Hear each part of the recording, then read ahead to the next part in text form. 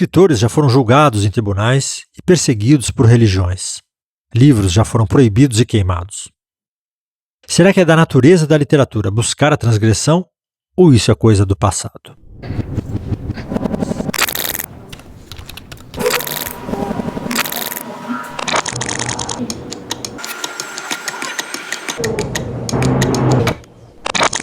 Vou começar pela definição da coisa. O que é transgressão na literatura? Eu começaria por pensar a transgressão como um conceito mais geral. Eu acho que o ato de transgredir é um ato em que você atropela aquilo que, em princípio, estaria sendo consagrado e, às vezes, além de consagrado, aquilo que seria obrigatório em certas circunstâncias, digamos que de um ponto de vista mais moral ou político ou comportamental. A transgressão envolve uma espécie de rebelião, né, em função das suas convicções, em função do seu contexto, da sua visão de mundo, em resumo, em função da sua individualidade, da sua experiência enquanto indivíduo. Quando você transgride, você naturalmente quebra fronteiras, você quebra regras e você corre riscos. Não é? Você tem o risco tanto da opressão quanto da repressão, como é o caso da transgressão política. E eu acho que transgredir em literatura é quase que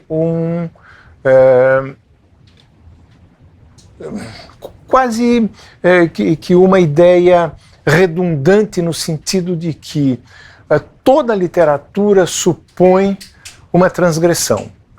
No sentido de que, é claro que eu estou falando de literatura inventiva, de literatura criativa, de literatura de fato. Se ela for literatura, ela significa automaticamente algum tipo de ruptura. Pelo simples fato de que você, autor ou autora, você estará criando alguma coisa que não necessariamente irá a favor da corrente. Poderá ser na contracorrente, poderá ser na contramão e poderá ser contra os princípios consagrados. E isso, nós temos muitos casos de transgressão, sobretudo nas vanguardas, em que ela fica mais clara, mas a transgressão ela é cotidiana, ela é uma implicação pelo próprio fato de haver uma criação. Toda criação, ela, em princípio, é transgressiva porque ela inventa. No Brasil, quem será que foi o primeiro transgressor? Em certo sentido, Gregório de Matos na literatura. Em certo sentido, porque, por outro lado, ele também acabou, enfim, era uma figura integrada à sua cidade, ao sistema governamental e fazia, enfim, os seus poemas de elogios aos donos do poder, etc. Mas ele nos deixou um cabedal de transgressão extraordinário. Forma e conteúdo andam juntos na transgressão ou não? Eu gosto de achar que sim, eu gosto que seja assim, mas eu não tenho certeza se o tempo todo elas estão acopladas, uma como a face, o outro lado da mesma moeda, não é? As duas como lados diferentes da mesma moeda. Eu, particularmente, não acho que exista no caso da literatura, uma literatura que seja transgressiva do ponto de vista formal, sem que seja transgressiva do ponto de vista de abordagem temática, de abordagem de conteúdo. Agora, isso é uma crença que eu tenho, é uma perspectiva que me é muito cara, mas eu não creio que o tempo todo isso se realiza no sentido de que precisa ser uma norma. Ser professor de oficina literária e ser um transgressor é um paradoxo ou não? Não, eu não acho, não. Eu acho que como coordenador de oficina literária, desculpe, eu sou como coordenador de oficina literária, eu Eu não sei se sou um transgressor, mas eu trabalho com a transgressão. Eu nem gosto do termo professor, que eu acho que eu sou um péssimo professor, mas eu me considero um bom coordenador de oficina, porque eu tenho um projeto e um processo socrático. Eu odeio cartilhas, eu odeio 10 mandamentos de bem escrever, eu acho que isso não existe, é bobagem, é piada, é conversa fiada. Não é? O que eu tento fazer é tirar de cada oficinando o que ele tem a oferecer para si mesmo e ele não sabe. É um trabalho muito duro, mas é subversivo e transgressor no sentido de que eu estou pedindo ou estou propondo que cada oficinando ele transgrida as regras diante das quais ele se encontra. Ou seja, ele transgrida para que a sua própria literatura possa aparecer.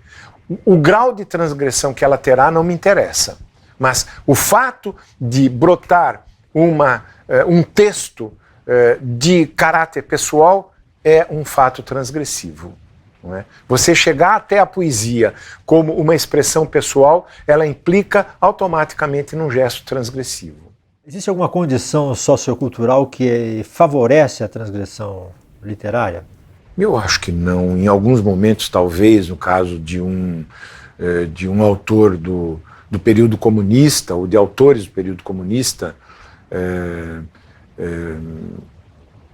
como o autor do Dr. Zhivago, o Pasternak, que teve muito problema, ou fora da literatura, um autor como Tarkovsky, na União Soviética, não é?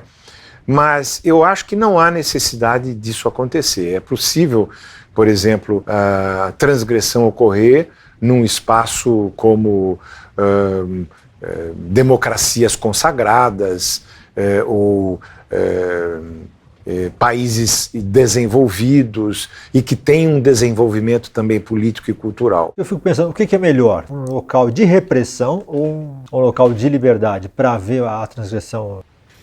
Às vezes eu acho que a transgressão é mais perversa, eu digo, a reação à transgressão é mais perversa quando você tem um espaço em que aparentemente a transgressão é permitida. Não é? O politicamente correto, por exemplo, é uma coisa devastadora do ponto de vista da transgressão. Ele mata qualquer transgressão e o propósito dele é matar qualquer transgressão. É colocar a transgressão no mainstream. E nesse sentido, quando você transgride o politicamente correto, você tem uma onda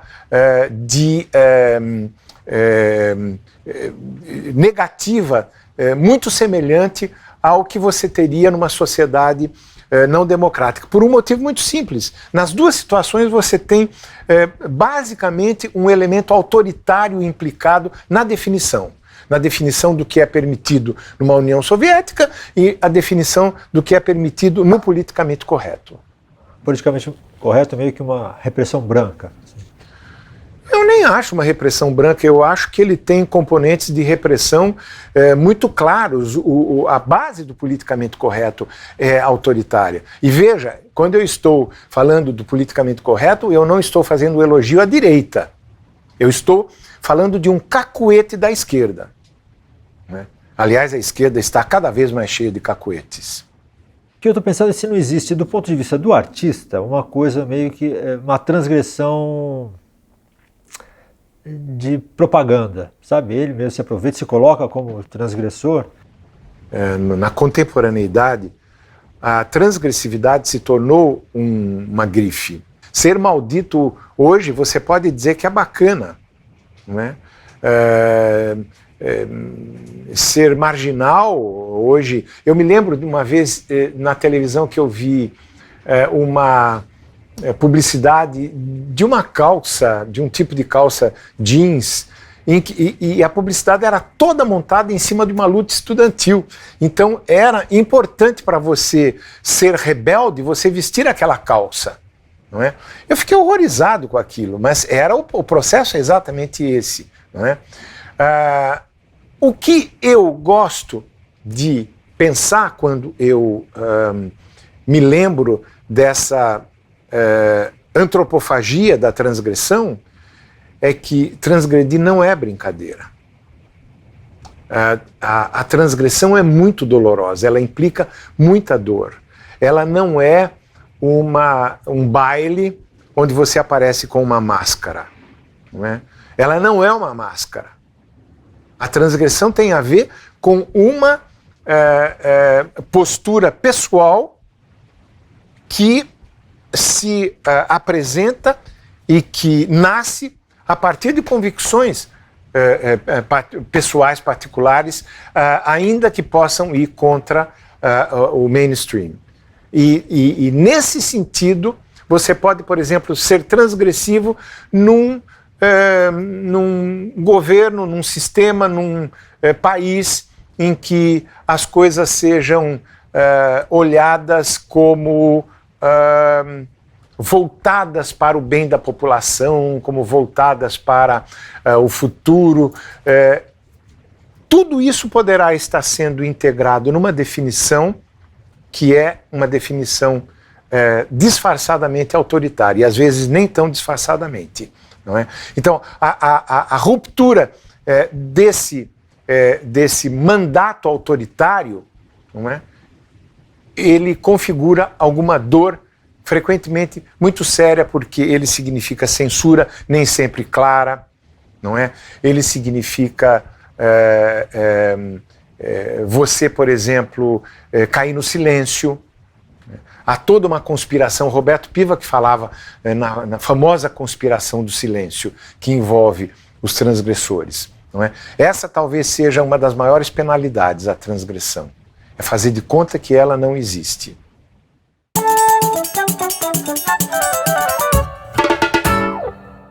Kimitake Hiraoka nasceu em 1925 no Japão. Ele mudou seu nome para Yukio Mishima para esconder suas publicações de seu pai, que odiava a literatura. Em seu livro Confissões de uma Máscara, um homossexual usa uma máscara para se adequar aos padrões convencionais da época. Vida e ficção se confundem.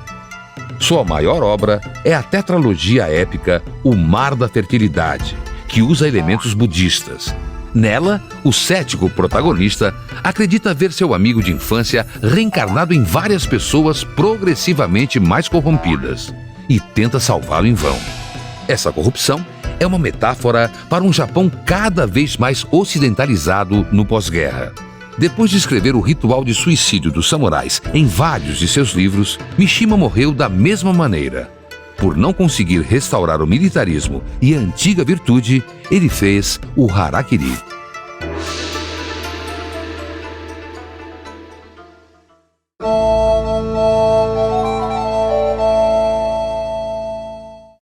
Falar em transgressão na literatura infantil nos lembra e nos remete de cara a uma das principais e mais famosas personagens da literatura infantil, Alice. Alice foi criada por Lewis Carroll em 1865 no seu livro Alice no País das Maravilhas. Alice é uma criança que, como toda criança da sua idade, é super curiosa. E ela está um dia num parque e vê de repente um coelho passando vestido com um colete e correndo porque está super atrasado. Nesse momento, ela o persegue, decide ir atrás dele e cai num buraco, perseguindo o coelho. A partir do momento em que ela entra no buraco, o mundo vira outra coisa, a gente sai da realidade, Alice sai da realidade e cai no mundo da fantasia e da imaginação. Nosso autor foi de uma esperteza imensa na medida em que ele vai tratar de um livro para a criança, e ele faz esse livro realmente pensando na Alice criança, uma personagem que era real e que ele conhecia, e a linguagem que ele vai utilizar é uma linguagem muito simples, mas ao mesmo tempo, sem nenhum tipo de infantilização, ela é muito direta em termos de compreensão das crianças, daquilo que ele escreve, mas ao mesmo tempo é muito complexa, porque existem questões filosóficas, metáforas complexíssimas, que fazem da Alice aquilo que ele é há mais de 150 anos, que é um dos principais livros, um dos clássicos da literatura infantil. Alice, nesse sentido, vai entrar no mundo da fantasia, vai enfrentar essas metáforas que são seus dilemas e seus desafios, e vai, com isso, passar e ter um espelho daquilo que seria uma das questões fundamentais para todas as crianças nessa idade, que é deixar de ser criança e virar adulto, virar adolescente, né, com essa passagem. E isso é uma questão que, como todos nós sabemos, muito delicada, muito sofrida num determinado momento. Alice está repleta de desafios, de metáforas, de enigmas, que fazem dele um dos livros mais importantes e fundamentais em termos dos clássicos da literatura infantil e juvenil. Toda criança que lê esse livro sai transformada e sai com uma reflexão em cima daquilo que é a infância. Recomendo, acho um livro fundamental para ser lido.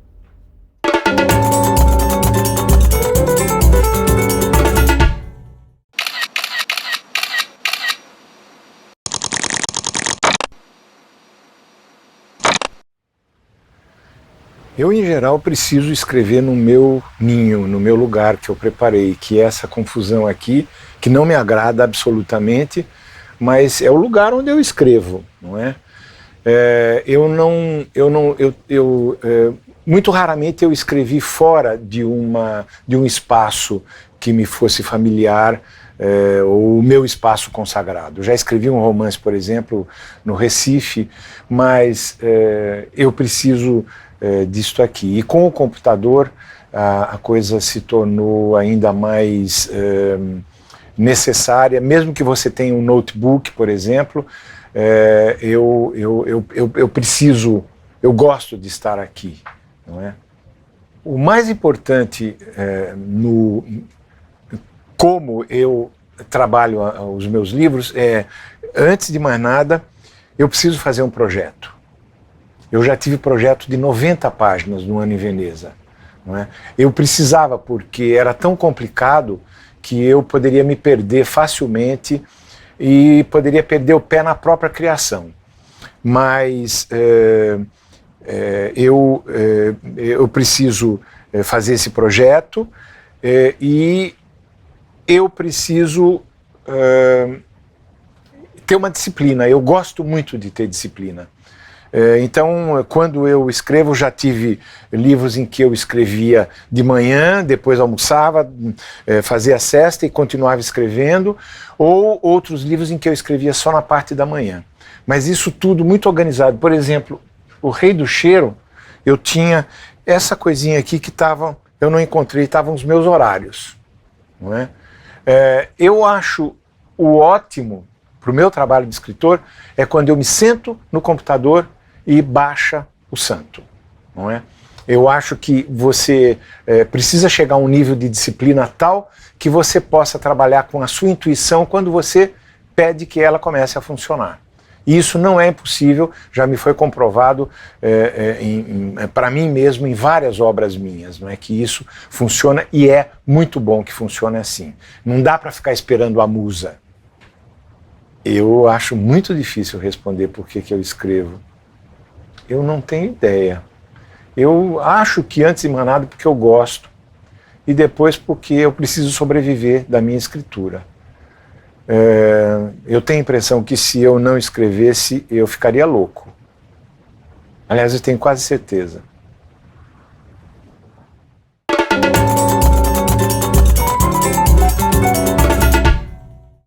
A literatura, como todas as artes, ela necessita de um elemento essencial, a transgressão.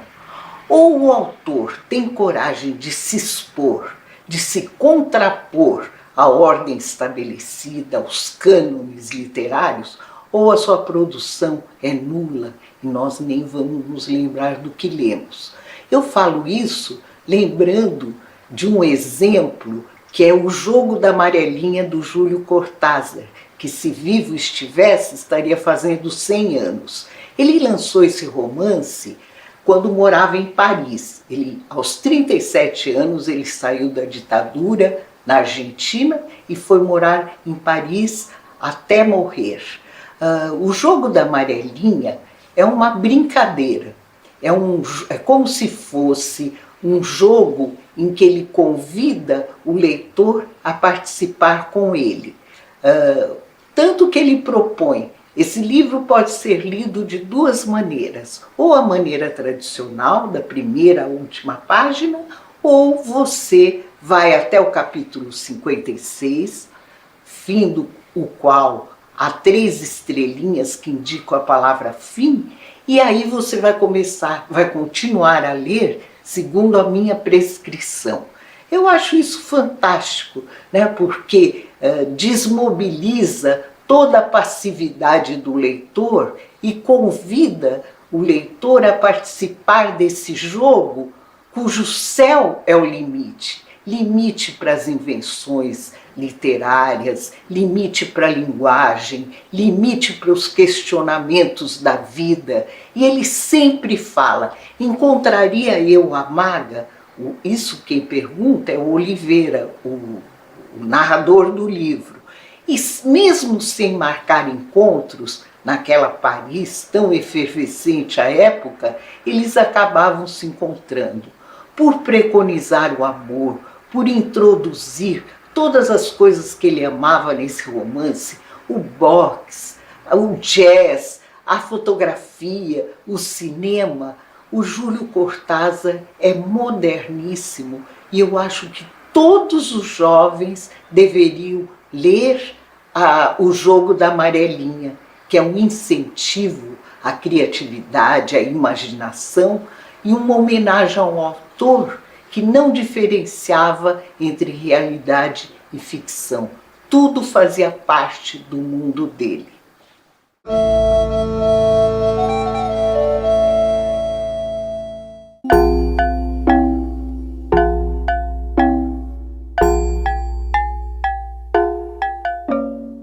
Ele é o senhor Tetsuhito Amano, que veio do Japão e construiu essa biblioteca. E como ele não fala em português, eu estou aqui para traduzir, né, as palavras dele. Olha, essa biblioteca faz 1978? そのぐらいだね。 Fundou no ano de 1978, aqui na Colônia Pinhal, município de São Miguel Arcanjo, e fica a 178 quilômetros de São Paulo, né? Então, ele, desde 10 anos de idade, ele tinha vontade de vir aqui no Brasil. Aí ele formou faculdade em Japão, aí veio aqui no Brasil como imigrante japonês. Para não esquecer a cultura, ele construiu essa biblioteca. 600ぐらいじゃないかと。600メートル平方。Aqui tem 600 metros quadrados. 75 mil livros, aproximadamente. Tem literatura japonesa de antigos, e tem mangá, tem livro de culinária, tem de artes. 全部買い集めました。古い本で、全部買い集めました。Então ele foi no Japão e ele mesmo comprou todos os livros que achou bom, né? Diz que levou uns 20 anos para juntar todos os livros. Então no Japão ele tem casa, né? Aí o quarto ficou cheio de livros. それを整理して、毎月送ったね。E pouco a pouco foi enviando para cá, né? No começo tinha muita ideia contrária, só que ele fez tudo, ele cuidou, né? Deixou pessoa para cuidar e agora o pessoal está gostando muito. Quando eu vi, nossa, fiquei boba. Eu adoro mangá, aí tá cheio de mangá, nossa, adorei. Ele acredita, missão dele. Então, para não esquecer a cultura, se esqueceu da cultura, diz que a gente não vale nada.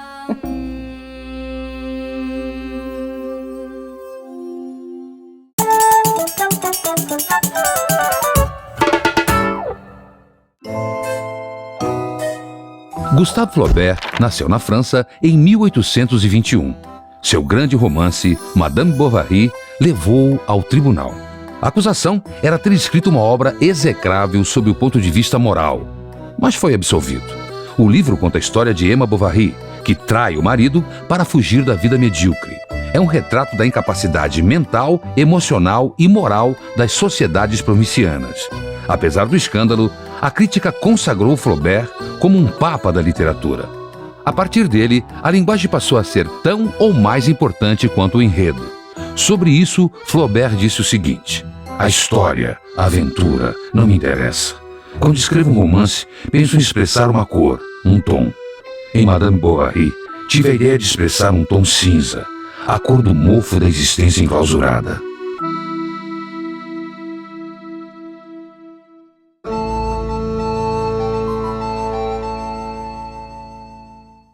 Dos muitos livros transgressivos que foram importantes na minha vida, este aqui do Yukio Mishima, Confissões de uma Máscara, foi marcante porque ele me abriu um panorama muito perturbador na literatura. Mishima, na verdade, fala aqui da sua autobiografia e dos seus amores fora das normas, e é um livro em que ele menciona os seus encantamentos na infância e na juventude com relação, por exemplo, a um carregador de urina que acabou associando eroticamente esse carregamento da urina com a figura do carregador seminu. E isso o atraía imensamente, e ele faz questão de mostrar como isso marcou a sua literatura e a sua vida.